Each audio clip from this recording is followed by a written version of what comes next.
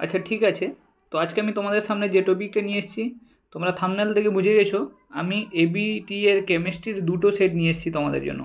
ওকে, পুরো দুটো সেট। এই সেটের মধ্যে তোমাদের আমি সলিউশন করে দিব এমসিকিউ, এসএকিউ। ওকে, এবার ব্যাপারটা হচ্ছে তোমাদের একটা কথা বলে দিই, যে এবিটিএতে যা অর্গানিক আছে, ওকে, সেই অর্গানিকগুলো কিন্তু আমার পিডিএফ সাজেশনের মধ্য থেকেই আছে। এবার আমি তোমাদের একটা বলি, টেস্টের আগে, এইচএসের টেস্টের আগে আমি একটা সাজেশান আপলোড করেছিলাম। ওকে, টেস্টের আগে একটা সাজেশান আপলোড করেছিলাম কেমিস্ট্রির, অনেকে ওই সাজেশান পারচেস করেছে। ওখানে চ্যাপ্টার ওয়াইজ প্রশ্ন উত্তর রেডি করে দেওয়া আছে। তোমরা যারা চাও ওই সাজেশানটা পারচেস করতে, তোমাদের ডেসক্রিপশানে লিঙ্ক দিব, ওই লিঙ্কটা গিয়ে তোমরা প্রথম সাজেশানটা দেখবে। তারপরে এই যে নাম্বার আছে, এই নাম্বারে তোমরা হোয়াটসঅ্যাপে মেসেজ করে সাজেশানের ফিজটা পেমেন্ট করার পর তোমরা সাথে সাথে পিডিএফটা পেয়ে যাবে। কী বললাম বুঝতে পেরেছো? আর ওই পিডিএফটা তোমাদের রেজাল্টের জন্য অতি গুরুত্বপূর্ণ। এছাড়াও তোমাদের এবিটি এর পুরো সলিউশন আসছে, এবিটি এর টেস্টের পুরো, মানে এবিটি এর যতগুলো সেট আছে সবগুলো 2 মার্কের, 3 মার্কের, আর যেগুলো লাগবে ওগুলোর 5 মার্কের সলিউশন তোমাদের জন্য খুবই তাড়াতাড়ি আসছে। ওকে, তাহলে আজকের ভিডিও শুরু করি। এই ভিডিওতে আমরা যেটা ডিসকাস করব সেটা হচ্ছে SC52। ক্লিয়ার? তো এই ভিডিওতে আমি SC52 তোমাদের আলোচনা করব, আর হচ্ছে 63, এই দুটো সেট তোমাদের আলোচনা করছি। তো প্রথম প্রশ্নটা দেখো, প্রশ্নটা কি বলেছে, একটি মৌলের পারমাণবিক গুরুত্ব, মানে এটাকে আমরা এম বলি, ওর মান দিয়েছে 40, আর এর ওজনটা, ওয়েটটা দিয়েছে কত, যে 4 গ্রাম। তারপরে এটা দেহকেন্দ্রিক ক্লাস গঠন করে, যখনই সেটা বডি সেন্টার হবে তখন তার জেডের মান কত হয়ে যাবে 2। আর হচ্ছে আমাদের কি হচ্ছে, অ্যাভোগাড্রো সংখ্যা এনে দিয়েছে, আমাদের বলেছে কোষের সংখ্যা নির্ণয় করতে। তাহলে চলো তোমাদের জন্য যে উত্তরটা রেডি করেছি ওই উত্তরটা তোমাদের দেখিয়ে দিই এবার। এটা হচ্ছে তোমাদের একের দাগের উত্তরটা। তাহলে এখানে দেখো এম এর মান, ডব্লুর মান আর জেটের মান তো দেহকেন্দ্রিক ক্ষেত্রে 2 হয়। একক কোষের সংখ্যার যে সূত্রটা হচ্ছে সেটা হচ্ছে এটা 1/z। এটা কি 1/z W into N A divided by M. তো এবার দেখো জেটের জায়গায় কত বসবে, 2 বসবে, আর ডব্লুর জায়গায় 4, আর এন এ আর এম এর মান কত হচ্ছে 40, ক্যান্সেল আউট হলে কত, 4 2 40, তাহলে এন এ আপন 20। তাহলে প্রথম যে এমসিকিউ এর উত্তরটা ক্লিয়ার। কি হবে, এন এ আপন 20-তে তোমরা দাগ দিয়ে দিবে। ক্লিয়ার? পরে দেখো 2-এর দাগের যে এমসিকিউটা তোমরা এখানে মন দিয়ে দেখো, কোশ্চেনটা কি বলেছে, একটি তড়িৎ রাসায়নিক কোষের কোষ ধ্রুবক কোনটি? কোষ ধ্রুবকে সবসময় কী হিসাবে ডিনোট করা হয়? তাহলে এখানে তোমরা, আমি ডাইরেক্ট উত্তরে নিয়ে চলে যাচ্ছি, দেখো কাপ্পা। তাহলে এইখানে আমি তোমাদের বলছি যে কাপ্পা ইকুয়াল টু, সূত্রটা যে আছে kappa equal to 1/r into L/A। এই যে L/A এটাই হচ্ছে কোষ ধ্রুবক। কী বলো, বুঝতে পেরেছো তো? তাহলে এখানে কি হচ্ছে, তাহলে দেখো এই যে L/A আছে, L/A ইকুয়াল টু কি, K ইন্টু আর। তাহলে এটা হচ্ছে উত্তরটা। এবার দেখো 3-এর দাগের প্রশ্নটা কি বলেছে তোমাদের, বলছে প্রদত্ত শর্তগুলির মধ্যে কোনটি অধিশোষণের ক্ষেত্রে প্রযোজ্য নয়? অধিশোষণের ক্ষেত্রে কিন্তু এটা প্রযোজ্য নয়, যে ডেল এইচের মানটা যেটা আছে ওটা গ্রেটার দেন 0 হতে পারে না। আচ্ছা, তারপরে দেখো প্রশ্নটা দিয়েছে যে কোনটি অ্যামোনিয়ার সঙ্গে বিক্রিয়া করে কালো পদক্ষেপ দেয়। আচ্ছা, কালো পদক্ষেপ হচ্ছে মার্কারির, এইচজিটা হচ্ছে ব্ল্যাক পদক্ষেপ। কার সাথে দিলে, তাহলে সেটা হচ্ছে তোমাদের, আমি এখানে দেখিয়ে দিচ্ছি যে এইচজি, এই যে আছে না Hg2Cl2, রিয়াকশানটা তোমরা দেখে নাও। ওকে, দেখো তোমাদের রিয়াকশানটা দেখো, Hg2Cl2-র সাথে 2NH3 মিক্সড করলে তাহলে এখানে এই কম্পাউন্ডটা তৈরি হবে, আর এর সাথে বেরিয়ে যাবে যে ব্ল্যাক কালারের, ওকে, মার্কারিটা। কী বললাম বুঝতে পেরেছো? তাহলে এটা হবে Hg2, ওকে, Cl2। ক্লিয়ার? পরের যে প্রশ্নটা তোমরা দেখছো, দেখো কোশ্চেনটা কি বলেছে, নিচের কোন পরমাণু জোটটি আকার একই? তাহলে এখানে হচ্ছে RU আর NB, এই দুটোর হচ্ছে আকার একই। এবার যে প্রশ্নটা আছে, তোমরা 6-এর দাগের প্রশ্নটা দেখো, এই প্রশ্নটা কিন্তু তোমাদের আমি 2 মার্ক বা 3 মার্কের যে প্রশ্ন আছে ওই হিসেবে দেখাবো। তাহলে এখানে বলছে এই যে এতগুলো জটিল যৌগ আছে, কোন যৌগটির, মানে কোন জটিল যৌগ বা আয়নটি একই সঙ্গে জ্যামিতিক মানে আমি বলে দিই সিস আর ট্রান্স। ওকে, সিস আর ট্রান্স হচ্ছে, এটা হচ্ছে জ্যামিতিক আকৃতি। এর সাথে আলোক সমায়তা মানে অপটিক্যালি অ্যাক্টিভ আর ইনঅ্যাক্টিভ, মানে মিরর ইমেজে সে কীভাবে সুপার ইম্পোজ করবে কি না ওটা এইটা দেখাতে হবে। তাহলে এখানে কোনটার ক্ষেত্রে, তাহলে এর যে উত্তরটা হচ্ছে সেটা হচ্ছে এইটা PTEN2, ওকে, ইথাইলামিন ডাইয়ামিন। ওকে, তাহলে এটা হচ্ছে En2Cl2, PTEN2Cl2, এই জটিল যৌগটির ক্ষেত্রে দেখায়। এবার চলো এর একটু সমাধানটা তোমাদের দেখে নিই। তো প্রথম যেটা আমি তোমাদের বলতে চাইছি, যে কথাটা ওখানে লিখলাম ওটাই আছে যে জ্যামিতিক আকৃতি মানে সিস্টেন্স আর আলোক সময়তা মানে অক্টিভলি ইনঅ্যাক্টিভ বা অ্যাক্টিভ দেখাতে হবে। তাহলে PTEN2 CL2 যেটা আছে, এই যে EN এর স্ট্রাকচারটা হচ্ছে CH2 CH2 NH2 NH2, কী বললাম বুঝতে পারি, এটা হচ্ছে ফ্রি হ্যান্ড। এবার দেখো আমি এই যে এর আমি গঠনটা সিসার ট্রান্সটা দেখাচ্ছি। CL2 আছে মানে কী হবে, দুটো স্ট্রাকচার হবে। আমি প্রথম এটাকে 90 ডিগ্রিতে CLকে রাখবো, আর একবার কী করবো 180তে রাখবো। তো এখানে কি হচ্ছে, যখন PT মাঝখানে থাকলো কেন্দ্রীয় আয়ন হিসেবে, তাহলে এই যে স্ট্রাকচারটা এটা এইভাবে আঁকা হয়, কী বললাম বুঝতে পারি, এটা হচ্ছে এইরকম করে। তাহলে এখানে ক্লিয়ার। তাহলে একটা যখন আমি এটা হচ্ছে তোমার সিস পজিশন, আর এটা যখন অপোজিট আছে এটা হচ্ছে ট্রান্স। তাহলে এবার দেখো আমি দুটার কি করছি, যে আলোকীয় সমবায়তাটা তৈরি করছি। আলোকীয় সমবায়তা মানে অপটিক্যালি অ্যাক্টিভ না ইনঅ্যাক্টিভ ওটা দেখার জন্য একটা মিরর রাখলাম। তাহলে এর উল্টো যে ছবিটা হচ্ছে এটা কিন্তু এর উপর, আমি এখানে আবার এটা ক্লিন করে দিচ্ছি। তাহলে দেখো তোমরা এর সাথে এর মেলাও, এটার সাথে যেটাকে এদিকে সরিয়ে নিই, এর সাথে এটাকে মেলাও। তাহলে দেখো এই যে এদিকের পার্টটা এটা এদিকে এসছে, এদিকের পার্টটা এদিকে গেছে, কিন্তু একে ওপরে সুপার ইম্পোজ হবে। সুপার ইম্পোজ, এই যে সুপার ইম্পোজ ওয়ার্ডটা লেখা আছে এর মানে কি, এইটাকে তুলে এখানে বসালে এর উপর বসে যাবে, পুরো একই রকম দেখতে হবে। তাহলে যদি সুপার ইম্পোজ হয়ে যায় ওকে বলবো অপটিক্যালি ইনঅ্যাক্টিভ। আর এর ক্ষেত্রে দেখো এর স্ট্রাকচারটা এইরকম আছে আর এখানে এইরকম আছে। এর যখন আমি ছবিটা আঁকবো তাহলে এটা আমার এদিকে চলে আসবে, তাহলে এটা এইরকম এসছে আর এটা এদিকে এসছে, কিন্তু এটাকে তুলে এর উপর বা একে তুলে এর উপর বসালে কিন্তু বসবে না। তাহলে এটা সুপার ইম্পোজ নট পসিবল, ওই জন্য এটা বলছে অপটিক্যালি অ্যাক্টিভ। কী বললাম বুঝতে পেরেছো তো? তাহলে এটাই হচ্ছে যে আলোকীয় সমবায়তা আর হচ্ছে জ্যামিতিক সমবায়তা দুটোই দেখাচ্ছে এখানে। আলোকীয় সমবায়তা দেখাচ্ছে আর হচ্ছে সিজার ট্রান্সপোজিশনও দেখাচ্ছে। আশা করি ক্লিয়ার হয়েছে, কোনো অসুবিধা হবে না। যদি না বুঝতে পেরেছো স্ক্রিনশট নিয়ে নেবে। পরের যে প্রশ্নটা আছে বলছে কোন যৌগটির ক্ষারীয় আদ্র বিশ্লেষণে এসিটাইল অ্যালডিহাইড উৎপন্ন হয়।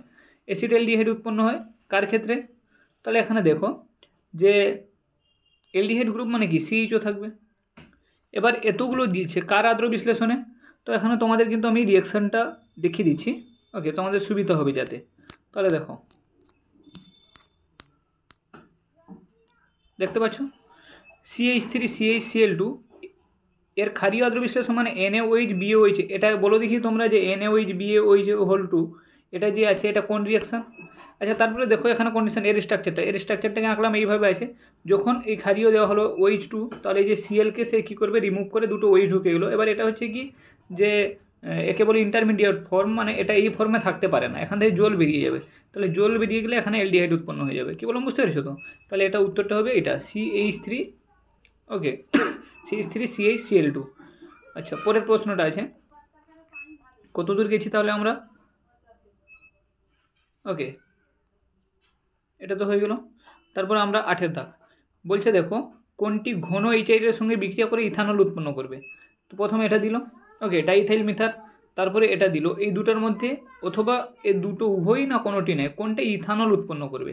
ইথানল মানে তো জানো CH3CH2OH, ওকে, এটা থেকে তো সিম্পলভাবে আরামসে হবে, কিন্তু এটা থেকে হবে না। কেন হবে না তোমরা এখানে দেখে নাও। তাহলে উত্তরটা হচ্ছে এটা। তোমরা এবার এটা বোঝার জন্য তোমরা কিন্তু দুটো রিয়াকশান একটু দেখে নাও। তাহলে দেখো HI মানে কী হবে, আইটা নেগেটিভ, তো এখান থেকে কী হবে, ইলেকট্রন সরবে, এখানে পজিটিভ ক্রিয়েট হবে, ওকে, সরি এটাকে একটু ক্লিন করি।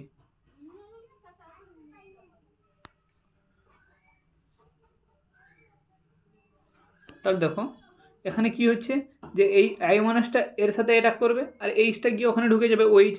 তাহলে এখানে CH3CH2OH হলো, আর যেটা তৈরি হচ্ছে সেটা কী হবে CH3I। কিন্তু এর ক্ষেত্রে কন্ডিশনটা কী হচ্ছে যে এই যে H নেগেটিভ যেটা মানে I নেগেটিভ যেটা আছে ওটা কি করবে, এখানে এদিক থেকে অ্যাটাক করতে পারবে না। কী বললাম বুঝতে পেরেছো? এর দিক থেকে অ্যাটাক করতে পারবে না, কারণ স্ট্যাটিক হিন্ডেন্সে দুটো বড় বড় গ্রুপ আছে, এদিক থেকে অ্যাটাক করতে পারবে না, কিন্তু একে অ্যাটাক করবে। একে অ্যাটাক করলে কী তৈরি করবে, CH3CH2I তৈরি করে নেবে, আর এখানে কিন্তু এই যে এইচটা এর সাথে যুক্ত হয়ে যাবে OH। তাহলে কিন্তু এটা কিন্তু ইথানল নয়, ওকে, এখানে যদি OHটা ঢুকতো তাহলে এটা ইথানল হয়ে যেত। মানে এটাকে আমাকে কি করতে হবে যে আইকে এদিক দিয়ে ঢুকতে হতো ভিতরে, কী বললাম বুঝতে পেরেছো তো? আর এখানে ঢুকেনি কেন, স্টেরিক হিন্ডেন্সের কারণে। তাহলে কি হচ্ছে যে এটা শুধুমাত্র এই যে এইটা আছে ওটা ইথানল তৈরি করতে পারে, কিন্তু এটা করতে পারে না। ক্লিয়ার? পরে যে প্রশ্নটা আছে তোমরা দেখো বলছে কোন যৌগটি কেন্নিজারো বিক্রিয়ায় সাড়া দেয় না।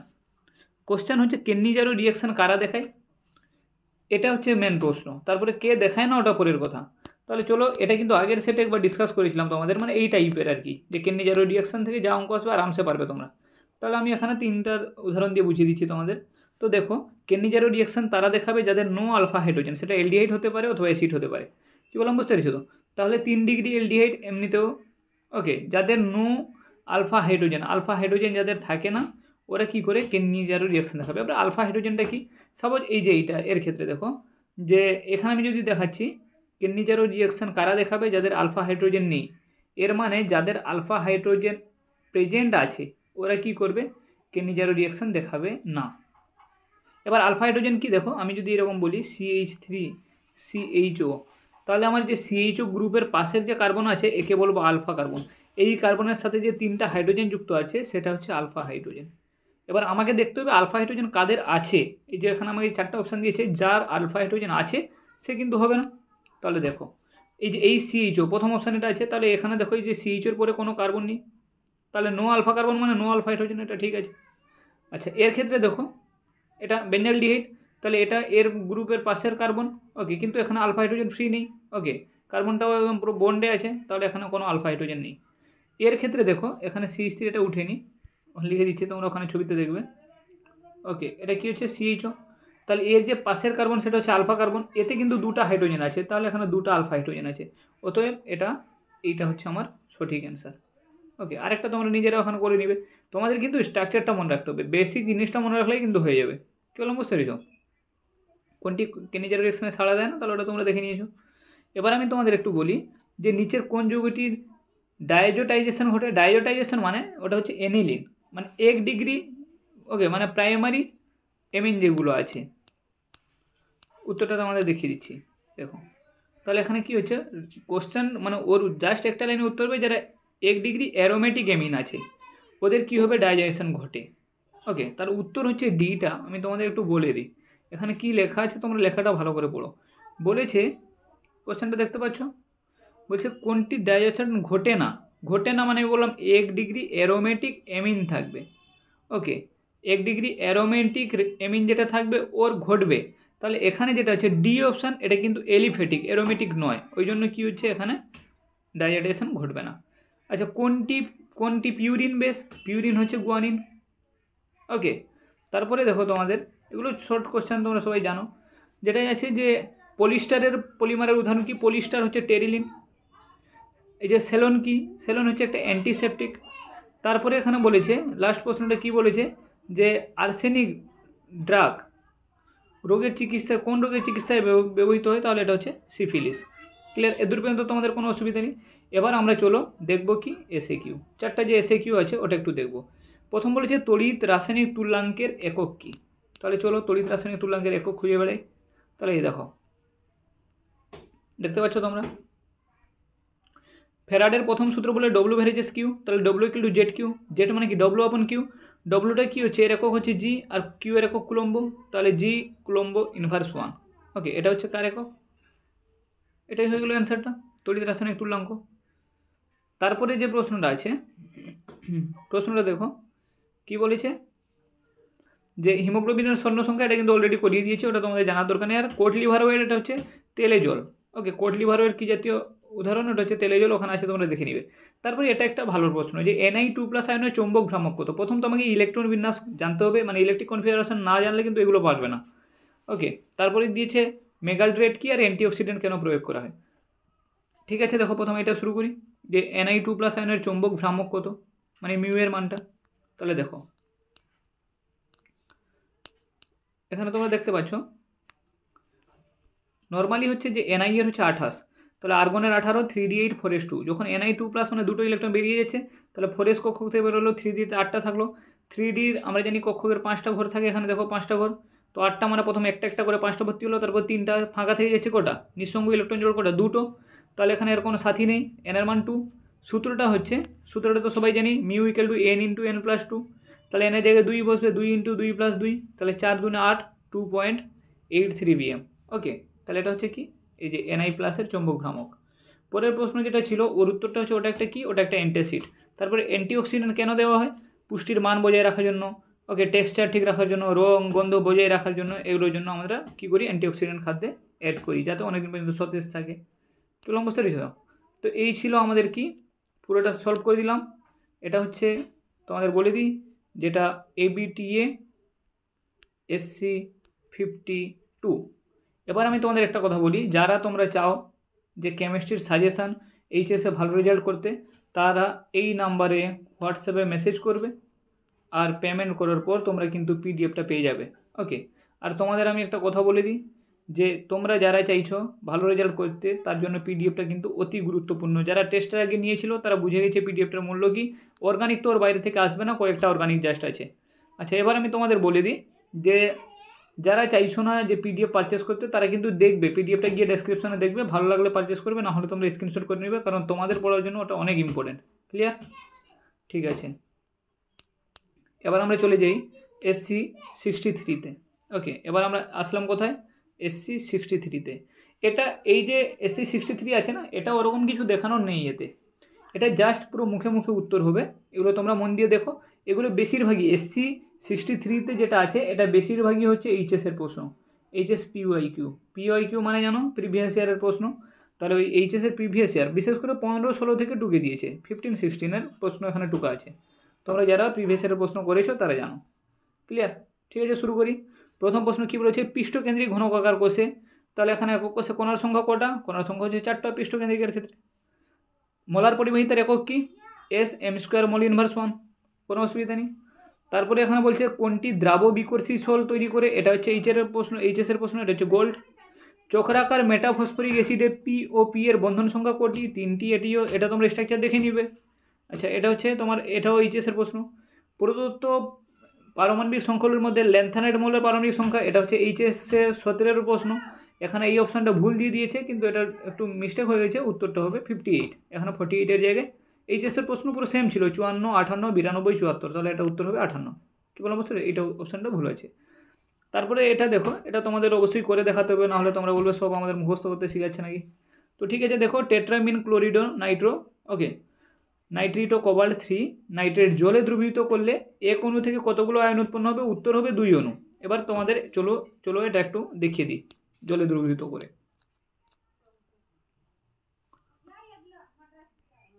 ওকে, ঠিক আছে, তাহলে এই দেখো, এটা হচ্ছে ওর স্ট্রাকচারটা। এবার স্ট্রাকচার তোমরা লিখতে শিখে গেছো, তোমরা জানো যে কীভাবে ওই জটিল যৌগের ইউপাকে নামকরণ হয়, আর স্ট্রাকচারটা সাংকেতিক চিহ্ন কীভাবে দেওয়া হয়। তাহলে প্রথম আমি এখানে জারণ স্তর বলি, যে কোবাল্টের জারণ স্তর হচ্ছে 3। জারণ স্তর নির্ণয় করতে জানো, NH3 তো সবাই জানে এটা 0। আচ্ছা, ক্লোরিনের হচ্ছে -1, আর হচ্ছে যে কোন স্টেটে আছে এটা, আর এই যে ONO মানে NO2, এর হচ্ছে -1। তাহলে ওভারঅল চার্জ কী হবে? ওভারঅল মোট চার্জ কী হবে? 3টা থেকে 2টা বাদ গেলে +1। এর মানে পুরো যে আমার যৌগটা আছে এটা হচ্ছে পজিটিভ, এটা হচ্ছে এর যে স্টেট +1, আর যে NO3 আছে ওটা হচ্ছে মাইনাস দিয়ে, তবে তো ওটা ইকুইলিব্রিয়াম কন্ডিশন আসবে। এবার দেখো, এই যে ব্যাপারটা আছে, যখনই জলে দ্রবীভূত করা হবে, এই কিন্তু এটা +3 স্টেটে আছে এই কোবাল্ট, আর এটা যে প্লাস আর মাইনাস এটা ইকুয়াল কন্ডিশনে আছে। তো এই যে জটিল যৌগটা আছে, এই যৌগটার কিন্তু জলে বিশ্লিষ্ট হবে না, তাই হচ্ছে এটা একটা আয়ন আর এটা একটা আয়ন, মোট হচ্ছে 2টা আয়ন তৈরি হবে। কি বললাম বুঝতে পেরেছ? চলো পরের প্রশ্নটা দেখি। পরের প্রশ্ন কি বলেছে? কোনটি হ্যালোর ফর্ম বিক্রিয়ায় সাড়া দেয় না? এটা ইম্পর্টেন্ট প্রশ্ন, এটা ইম্পর্টেন্ট মানে কঠিনও প্রশ্ন, এটা ইম্পর্টেন্ট প্রশ্ন। যদি বলতো কোনটা হ্যালোফর্ম বিক্রিয়া সাড়া দেয়, তাহলে সবাই বলে দিত। এখানে বলছে কোনটি হ্যালোফর্ম বিক্রিয়ায় সাড়া দেয় না। আমি উত্তরটা হচ্ছে এটা 3 ডিগ্রি অ্যালকোহল, কিন্তু কীভাবে হচ্ছে, সব জায়গায় অ্যালকোহল থাকে না। তোমরা এই কনসেপ্টটা মনে রাখলে হ্যালোফর্ম বিক্রিয়াটা আটকাবে না। আমি তোমাদের একটা কথা বলে দিই, যার ক্ষেত্রে এইটা থাকবে CH3 CHOH, আর এখানে হোক হাইড্রোজেন থাকবে, না হলে কিন্তু একটা R গ্রুপ মানে কার্বন গ্রুপ থাকবে। তাহলে এই যে স্ট্রাকচারটা, এটা যেখানে থাকবে যাদের, ওরা কিন্তু হ্যালোফর্ম বিক্রিয়ায় সাড়া দিবে। তাহলে যে অপশানগুলো আছে, প্রথম আমার এই অপশানটা ছিল, এটা ছিল, তাহলে এটা অবশ্যই হ্যালোফর্ম বিক্রিয়ায় সাড়া দিবে। CH3 CHO, একে কিন্তু ভাঙলে এই যে C double bond CH3 CO আসছে কিনা, এটাও হ্যালোফর্ম বিক্রিয়ায় সাড়া দিবে। ওকে, আর হচ্ছে CH3 CH2OH, এখানে CH3 CHOH আছে, এটাও হ্যালোফর্ম বিক্রিয়ায় সাড়া দিবে। কিন্তু আমি বলেছি কি CH3 C double bond O এটা থাকবে, এটা বলিনি না, এটাও লিখে নাও। আর একটা হচ্ছে CH3 CHOH এটা থাকবে। এই দুটো যদি স্যাটিসফাই করে, তাহলে সে হ্যালোফর্ম বিক্রিয়ায় সাড়া দিবে। কিন্তু এর ক্ষেত্রে দেখো, এই বেচারার ক্ষেত্রে 3 ডিগ্রি অ্যালকোহলের ক্ষেত্রে না CH3 C double bond O আছে, না CH3 CHOH এটা আছে, তাই এটা কিন্তু হ্যালোফর্ম বিক্রিয়া সাড়া দেবে না। ভিভিআই ইম্পর্টেন্ট, এটা ক্লিয়ার, এটা হচ্ছে অনেক ইম্পর্টেন্ট প্রশ্ন। তারপরে চলো কি প্রশ্ন বলেছে, কোনটি ডাইইথাইল, কোন মাধ্যমে ডাইইথাইল ইথার দ্রবীভূত হয়, তাহলে সেটা হচ্ছে গাঢ় H2SO করে। তারপর তোমরা এটা জানো, ইম্পর্টেন্ট প্রশ্ন এটাও, HVZ তোমরা সবাই জানো, HVZটা না জানলে, এটা না জানার কিছু নেই, এটা হচ্ছে HS17 প্রশ্ন। কি যে HVZ বিক্রিয়া করে না কে, সেটা হচ্ছে trichloro acetic acid, trichloro acetic acid, clear. তারপরে এটা দেখো এনিলিনের সাথে H2SO5, এটা H2SO4 বলেনি, এনিলিনের সঙ্গে H2SO5 এর বিক্রিয়া, এনিলিনের সঙ্গে তো জানো এনিলিন বেঞ্জিনের উপর এখানে NH2 গ্রুপ থাকবে, এটা এনিলিন, NH2, হ্যাঁ, তাহলে এটা এনিলিন। H2SO5 এটা হচ্ছে কিন্তু মানে খুবই তাড়াতাড়ি রিয়াকশান করে, একে আমরা বলবো যে এটা অ্যাসিডিক মিডিয়াম একটা, ওকে, হাইলি অক্সিডাইজিং এজেন্ট, ওকে, H2SO5 হাইলি অক্সিডাইজিং এজেন্ট। এটা অ্যানিলিনের সাথে যদি এটা H2SO5 দিয়ে দেওয়া হয় তাহলে ফট করে একে নাইট্রোতে কনভার্ট করে দিবে, ওকে, নাইট্রোবেঞ্জিনে। আচ্ছা, তারপরে যে প্রশ্ন আছে, আচ্ছা অপশানটা নাইট্রোবেঞ্জিন NO2 এটা। আচ্ছা, তারপরে দেখো নিউক্লিক অ্যাসিডে ক্ষারক সুগার ফসফেট, এটাও HS-এর প্রশ্ন, HS16 প্রশ্ন। তাহলে এখানে অপশানটা হচ্ছে এটা, ক্ষারক সুগার ফসফেট, এই ক্রমে থাকে। তারপর যে প্রশ্নটা আছে, একটি পলিএমাইড পলিমার, এটা 15 প্রশ্ন, পলিএমাইড পলিমার হচ্ছে নাইলন। তারপরে বলছে কোনটি সালফার ড্রাগ, ওকে, সালফার ড্রাগ এটা তোমরা একটু খুঁজবে, ওকে, সালফার ড্রাগ। পরে যে প্রশ্নটা আছে যে ট্রাঙ্কুইলাইজারকে কোন চিকিৎসায় ব্যবহার করা হয়েছে, ট্রাঙ্কুইলাইজারকে কোন চিকিৎসায় ব্যবহার করে, সেটা হচ্ছে মানসিক রোগে। চলো এবার তোমাদের আমি দেখিয়ে দিই কি যে এসএকিউ, যে 4টা এসএকিউ আছে, যে কোন দ্রবণের আপেক্ষিক পরিবাহিতা আর কোনো দ্রবণের আপেক্ষিক পরিবাহিতা আর মোলার পরিবাহিতার মধ্যে সম্পর্ক, 1 মার্কের প্রশ্ন বলেছে, আর বলছে তড়িৎ রাসায়নিক তুল্যাঙ্ক আর হচ্ছে রাসায়নিক তুল্যাঙ্কের মধ্যে সম্পর্ক, এগুলো 1 মার্কের প্রশ্ন, তাই এদের কোনো ডেসক্রাইব করতে হবে না, ডাইরেক্ট উত্তর লিখতে পারো।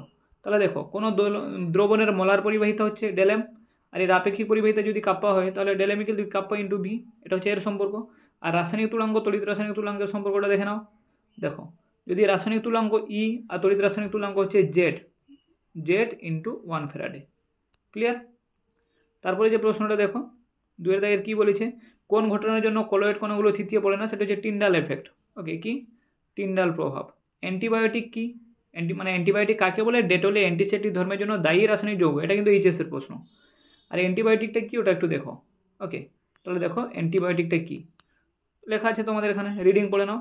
অ্যান্টিবায়োটিক হলো এক প্রকার রাসায়নিক পদার্থ, ওকে, মানে যেগুলো ব্যাকটেরিয়া, ফাঙ্গাস, মোল্ডের মতো মাইক্রো অর্গানিজম দ্বারা উৎপন্ন হয় এবং যাদের কম গাঢ়ত্ব অন্য কোনো সংক্রমণকারী মাইক্রো অর্গানিজমের বৃদ্ধি রোধ করে বা বিনষ্ট করে, ওকে, এগুলো মাইক্রো অর্গানিজম থেকেই উৎপন্ন হয়। এবার এরা কী করছে, কম গাঢ়ত্বে এটা কী করে সংক্রমণকারী মাইক্রো অর্গানিজমগুলোকে বৃদ্ধি রোধ করে বাড়তে দেয় না বা নষ্ট করে দেয়।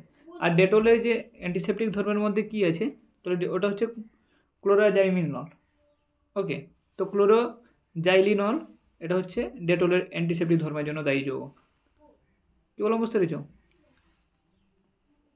লাস্টের যে প্রশ্নটা আছে, এটা লাস্ট প্রশ্ন আর ইম্পর্টেন্ট প্রশ্ন, এখানে সিডি এগুলো থাকে না, যে জেড-এন সন্ধিগত মৌল নয় কেন। প্রথম তোমাদের একটা কথা বলে দিই, সন্ধিগত মৌল থাকার জন্য ওটা দুটো অবস্থা আছে। প্রথম হচ্ছে ভূমি স্তর অবস্থায়, ভূমি স্তর অবস্থা, আর তারপরে হচ্ছে যে স্থায়ী জারণ অবস্থা, ওকে, এই দুটো অবস্থায় ওর কিন্তু ডি কক্ষকে আংশিক পূর্ণ হতে হবে। ডি কক্ষ যে কক্ষক আছে ওটা হচ্ছে পুরো ডি অরবিটালটা কিন্তু আংশিক পূর্ণ হতে হবে, সম্পূর্ণ পূর্ণ হয়ে গেলে ওটা কিন্তু সন্ধিগত মৌল হবে না, রিয়াকশন করবে না। তাহলে এখানে দেখো এটা দেখতে পাচ্ছ জেড-এনের ক্ষেত্রে, জেড-এনের যে আছে নর্মালি ইলেকট্রন বিন্যাস হচ্ছে আর্গন 3d10 4s2, এটা হচ্ছে ভূমিস্তর অবস্থায়। তাহলে ডি কক্ষের কটা ঘর থাকে, 5টা, 1 2 2 4 5, এখানে 10টা, মানে কি দুটো দুটো করে পূর্ণ আছে। একটা কক্ষকে কি থাকে, যে দুটোর বেশি ইলেকট্রন থাকে না, কী বললাম বুঝতে পেরেছ? তাহলে এটা কি হচ্ছে যে পুরো পূর্ণ আছে। আর যখন Zn2+ হচ্ছে তাহলে এখানে কি হচ্ছে 4s থেকে দুটো পালিয়ে যাচ্ছে, 3dতে কিন্তু টিএ মানে 10টাই ঠিকই আছে।